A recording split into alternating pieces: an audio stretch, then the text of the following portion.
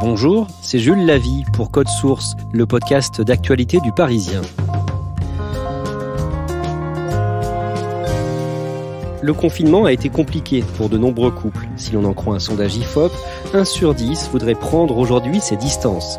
Visiblement, Emmanuel Macron et Édouard Philippe n'ont pas échappé aux tensions. Comment le couple exécutif a-t-il encaissé la pandémie de coronavirus ? Récit d'Olivier Beaumont du service politique du Parisien.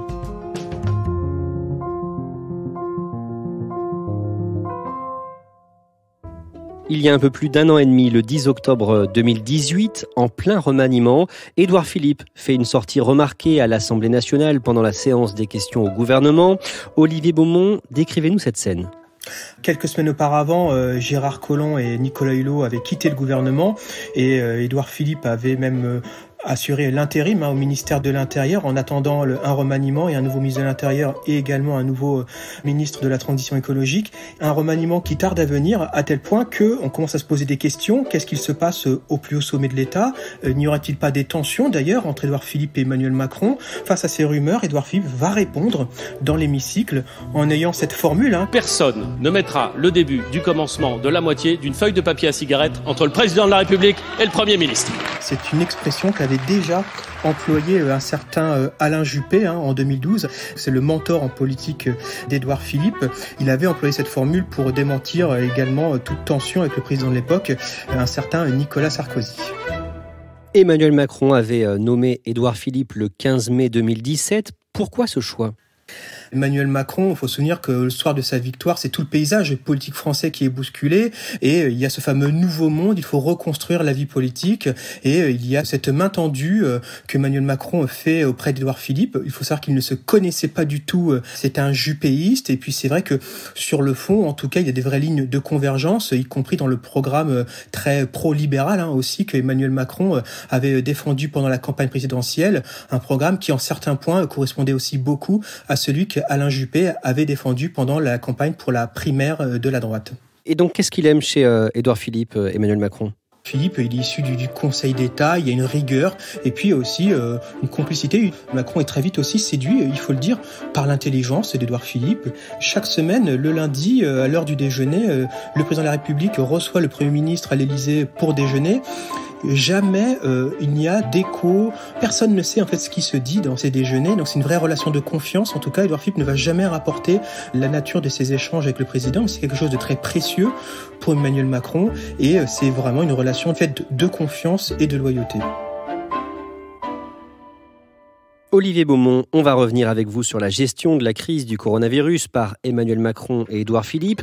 Les premiers cas de Covid-19 sont officiellement recensés en France le 24 janvier. À la une, un cas de suspicion de coronavirus en France. Il a été pris en charge par SOS Médecins à Bordeaux. Même si on découvrira bien plus tard qu'il ne s'agissait pas des vrais premiers cas, Emmanuel Macron et Édouard Philippe s'emparent de ce dossier. Très vite. Alors c'est vrai qu'ils ont une autre actualité, c'est la réforme des retraites. On est en plein dedans, ils ont les pieds dans la glaise. Mais voyant cette épidémie en Conseil des ministres, il le dit à Emmanuel Macron, il va falloir que le gouvernement s'empare de ce dossier, même si la vie doit continuer. On sait qu'on part quand même dans une grande part d'incertitude. C'est Édouard Philippe qui se retrouve en première ligne face à l'épidémie ? Oui, il est clairement aux commandes et c'est lui qui, à partir de ce moment, commence à mettre en place quotidiennement des réunions interministérielles avec les principaux ministres concernés par la crise, Jean-Michel Blanquer, Christophe Castaner à l'intérieur, bien sûr le ministère de la Santé, aussi celui des Transports. L'idée, c'est d'être au front, d'être en première ligne pour essayer de parer à ce virus et commencer à annoncer un certain nombre de mesures qui vont comme ça pouvoir s'égrener au fur et à mesure des jours et des semaines. Fin février, de nouveaux foyers de contamination apparaissent un peu partout en France. Le directeur général de la Santé, Jérôme Salomon, parle de l'éventualité d'un scénario à l'italienne. C'est une crise sans précédent qui se profile pour l'exécutif ? Oui, c'est une crise sans précédent parce qu'à partir de ce moment-là, on prend vraiment conscience que si on parle de scénario à l'italienne, se pose forcément la question d'un probable confinement partiel ou total du pays, mettre sous cloche le pays, quelles peuvent en être les conséquences, ça veut dire quoi ? Est-ce qu'on ferme les écoles ? Est-ce qu'on bloque toute l'économie ? Plein de questions qu'on se pose à ce moment-là. Ils n'ont pas la réponse. On sait qu'on est face à quelque chose de totalement inédit et même quasiment surréaliste. Le jeudi 12 mars au soir, Emmanuel Macron s'adresse pour la première fois aux Français depuis le début de la crise. Cette épidémie qui affecte tous les continents et frappe tous les pays européens est la plus grave crise sanitaire qu'ait connue la France depuis un siècle. Il est très grave, il est solennel parce qu'il emploie des mots très durs, très lourds. Il dit qu'elle a déjà touché plus d'1 millier de nos compatriotes. Il parle des héros en blouse blanche à destination des personnels hospitaliers. Il dit par exemple aux personnes âgées de plus de 70 ans et à toutes celles et ceux qui souffrent de maladies chroniques de rester autant que possible à leur domicile. Et il y a aussi cette autre annonce, à partir du lundi suivant et jusqu'à nouvel ordre, les crèches, les écoles, les collèges et les lycées et les universités seront fermés. Mais le premier tour des élections municipales est maintenu. Olivier Beaumont, est-ce que ça faisait débat au sein du couple exécutif ? Oui. Édouard Philippe, lui, clairement, il est pour maintenir le premier tour. Emmanuel Macron, il se pose des questions. Il va finir par se ranger sur l'avis du Conseil scientifique qui considère, dans son avis, que, avec un modus operandi assez strict, on peut garantir les conditions sanitaires de maintien de cette élection. Le samedi 14 mars, c'est au tour du Premier ministre de s'adresser aux Français. J'ai décidé la fermeture, à compter de ce soir minuit, de tous les lieux recevant du public non indispensables à la vie du pays. Il s'agit notamment des restaurants, cafés, cinéma, discothèques. Elle était prévue, cette allocution d'Édouard Philippe ? Alors non, c'est une allocution surprise qui prend de court un petit peu tout le monde. Personne ne s'y attendait, elle n'était pas forcément programmée. Sauf qu'il va y avoir un événement marquant. C'est un week-end où il fait très beau et le pouvoir va être frappé par ces images qu'on peut voir à la télévision, notamment de Français qui se promènent dans les parcs et dans la rue et qui ne respectent pas trop finalement les consignes qui avaient été données par le président de la République 48 heures plus tôt de faire attention, d'être prudent au niveau des interactions sociales.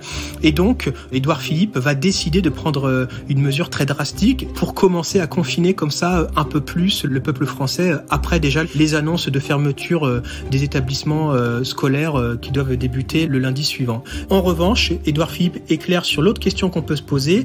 Faut-il ou non maintenir le premier tour des municipales ? Sa réponse est claire, il est maintenu. Cette intervention a été coordonnée avec l'Élysée ? Elle a été coordonnée. Édouard Philippe n'a pas pris cette décision comme ça, tout seul, au débeauté, dans l'urgence.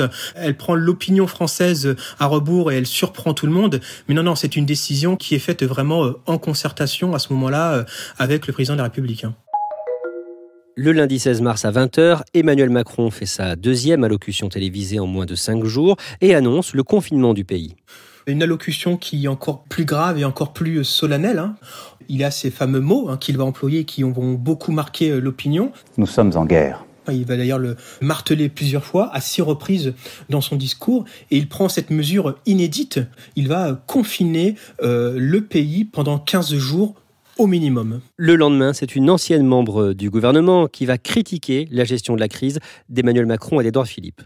C'est Agnès Buzyn, l'ancienne ministre de la Santé, qui depuis s'est lancée dans la campagne à Paris. Il se trouve qu'Agnès Buzyn n'a pas réussi son challenge puisqu'elle n'est arrivée que 3e dans la capitale au premier tour. Et elle se confie dans les colonnes du Monde avec des propos rapportés, propos tonitruants, où elle le dit, je la cite, « Quand j'ai quitté le ministère, je pleurais parce que je savais que la vague du tsunami était devant nous. Je suis partie en sachant que les élections n'auraient pas lieu. Depuis le début, je ne pensais qu'à une chose, le coronavirus, on aurait dû tout arrêter. » Et bien sûr, ces mots, ils font l'effet d'une bombe. Ça veut dire plusieurs choses. Ça veut dire aussi que quelque part, le gouvernement avait des informations dès la fin du mois de janvier et qu'il n'aurait peut-être pas estimé à sa juste mesure l'ampleur de cette pandémie à venir. Le cas échéant, a-t-il voulu cacher des choses ? Et puis elle dit aussi que pour elle, la tenue du premier tour des municipales était une pure folie. Elle en a alerté Édouard Philippe et malgré tout, il l'a maintenu. Donc on peut dire que ces propos mettent clairement l'exécutif dans l'embarras et c'est un euphémisme. Le 2 avril, Mediapart dévoile une enquête intitulée « Masques, l'épreuve d'un mensonge d'État ».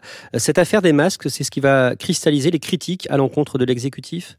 Oui, parce que les Français se posent plein de questions. Où sont les masques ? Pourquoi les hôpitaux ne sont pas équipés ? Et puis, on explique aux Français que ça ne sert à rien de porter des masques. Et puis, quelques semaines plus tard, on va leur dire « Mais si, c'est important, protégez-vous ». Donc, personne n'y comprend plus rien. Et cette enquête de Mediapart, elle prouve quoi ? Que les stocks sont au plus bas, que la France n'est pas en capacité de pouvoir s'approvisionner et qu'elle n'a même pas l'autonomie, l'indépendance sanitaire pour pouvoir répondre à cette attente. Le lundi 13 avril à 20h, Emmanuel Macron s'exprime à la télévision devant plus de 36 millions de Français.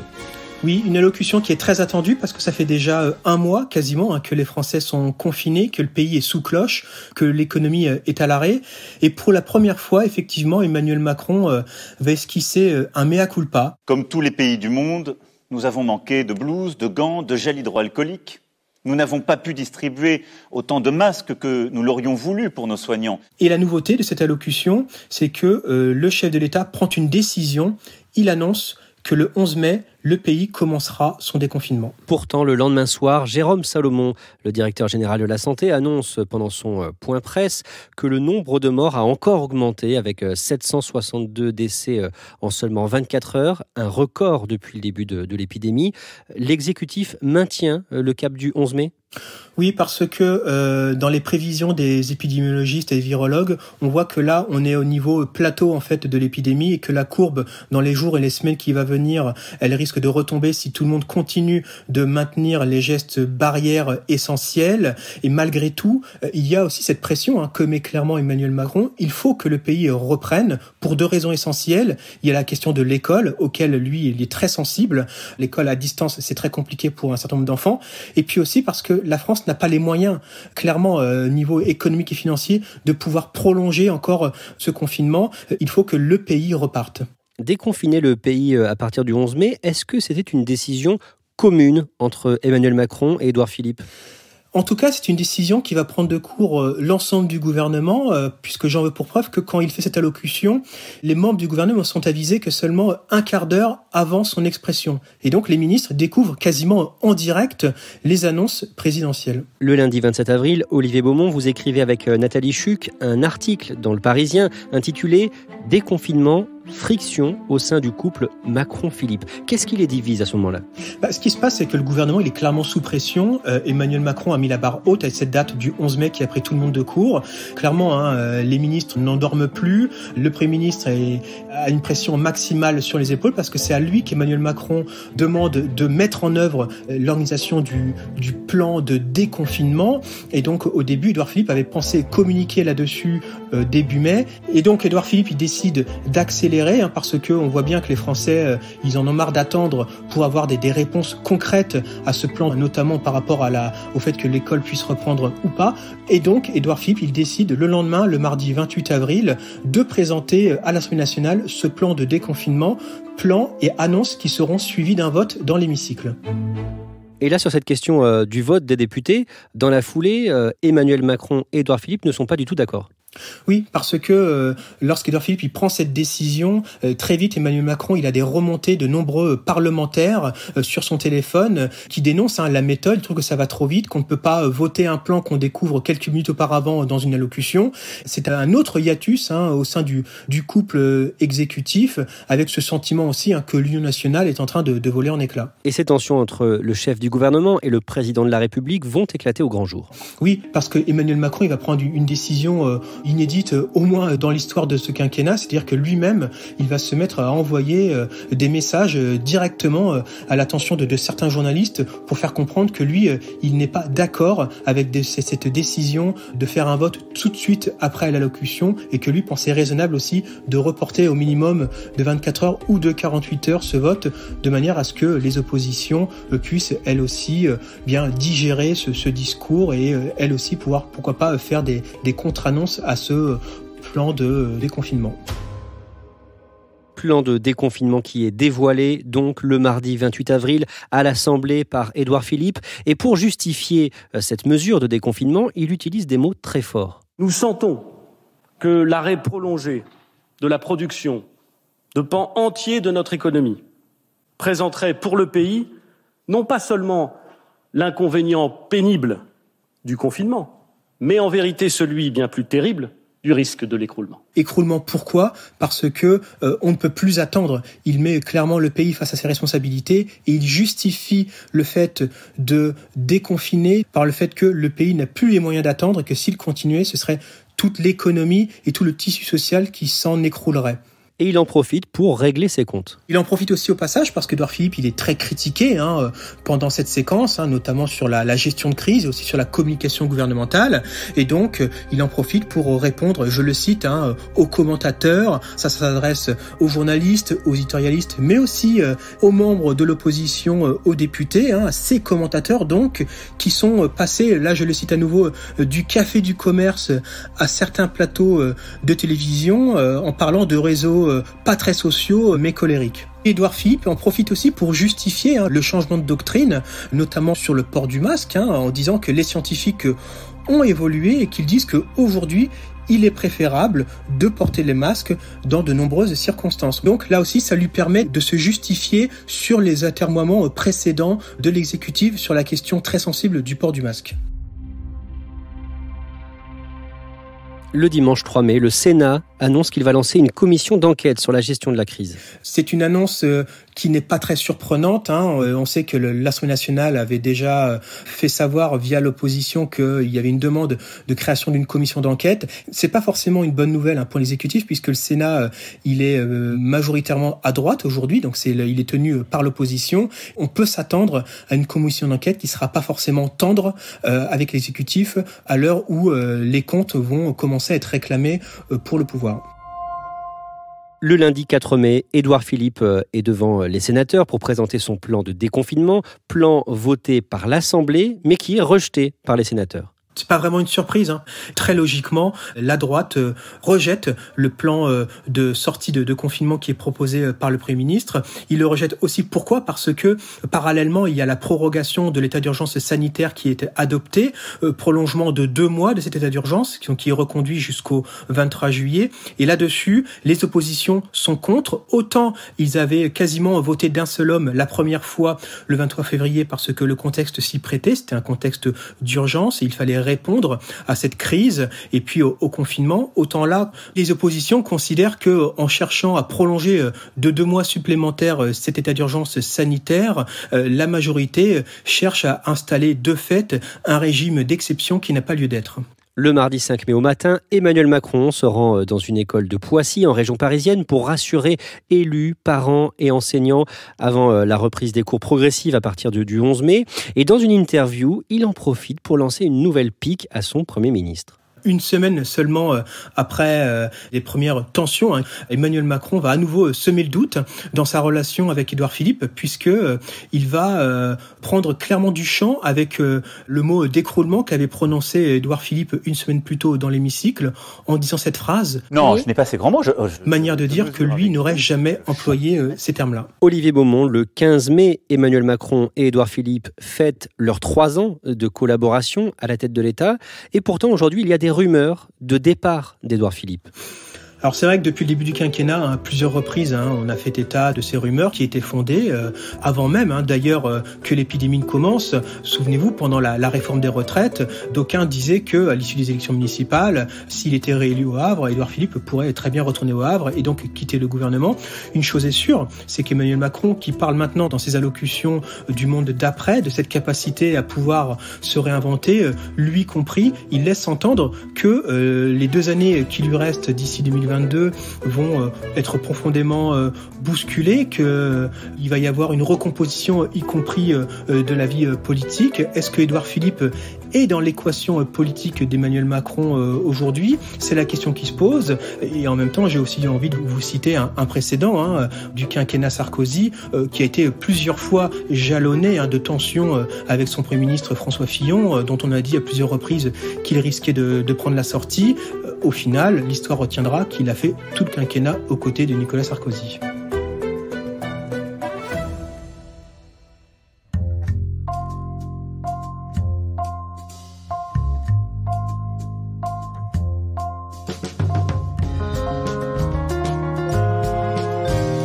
Merci à Olivier Beaumont. Code Source est le podcast d'actualité du Parisien, disponible chaque soir du lundi au vendredi. Si vous aimez Code Source, n'hésitez pas à nous le dire en mettant des petites étoiles et en vous abonnant sur votre application de podcast préférée, comme Apple Podcast ou Podcast Addict. Cet épisode de Code Source a été conçu et préparé par Raphaël Pueyo, production Stéphane Geneste et Mathias Ardoy, réalisation Benoît Laure.